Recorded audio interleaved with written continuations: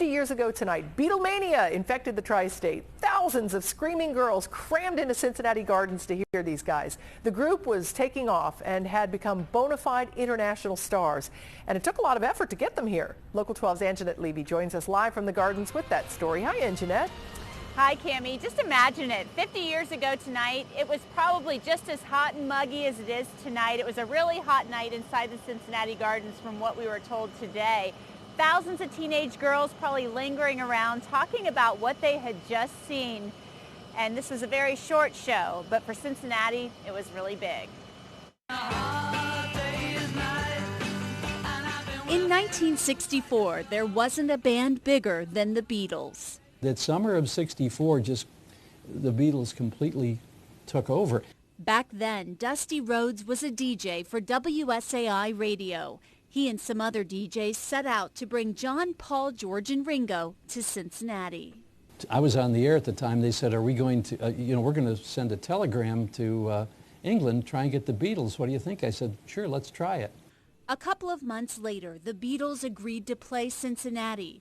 The band landed at Lunken Airport, and Beatlemania swept the city. The 14,000 tickets sold out for just $5.50 apiece.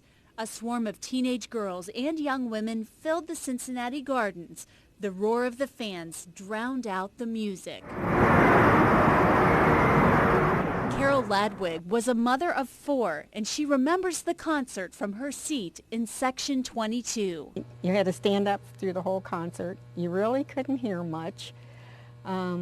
If I put my fingers in my ears, I could hear some of the songs. And that's what I came for, to hear the songs. Talitha Miller was a 15-year-old high school student. It was the first concert I went to where people were just screaming, and before then things were pretty sedated, I remember. The Beatles played for just 29 minutes, but they left an impression. But some in Cincinnati were not amused. A Hamilton County Juvenile Court judge issued a warning telling parents the Beatles were bad for their daughters. And then these girls went into a coma. They ranted, they fainted, their eyes were glassy. Some pulled their hair out, some tore their dresses.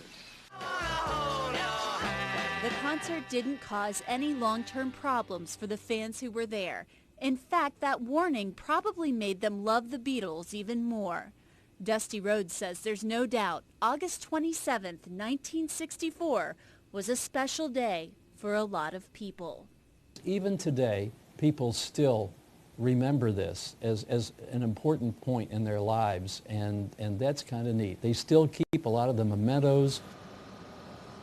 And back out live, you are looking at the marquee here at the Cincinnati Gardens. They put up a message kind of marking the occasion. 50 years ago tonight, sold out, the Beatles here at Cincinnati Gardens.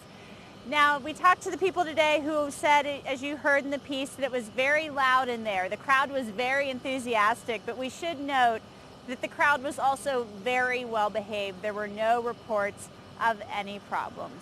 Reporting live from the Cincinnati Gardens, Angenette Levy, Local 12 News. Cammie, back to you. I couldn't help but notice, Angenette, that the ticket stub said reserved seat for one ticket was $2.75. Are you kidding? Can you imagine? I think the cheapest ticket I've ever had was maybe I saw Jethro Tull in high school at Riverbend for $18 or something. And I think I might have paid $40 to see Bob Dylan here at Cincinnati Gardens when I was college. So I cannot imagine paying that little to see a band that big. Yeah, so. I know. All right, Angenette, thank you so much. The Beatles, by the way, came back 2 years later in 1966, but that show was played at Crossley Field.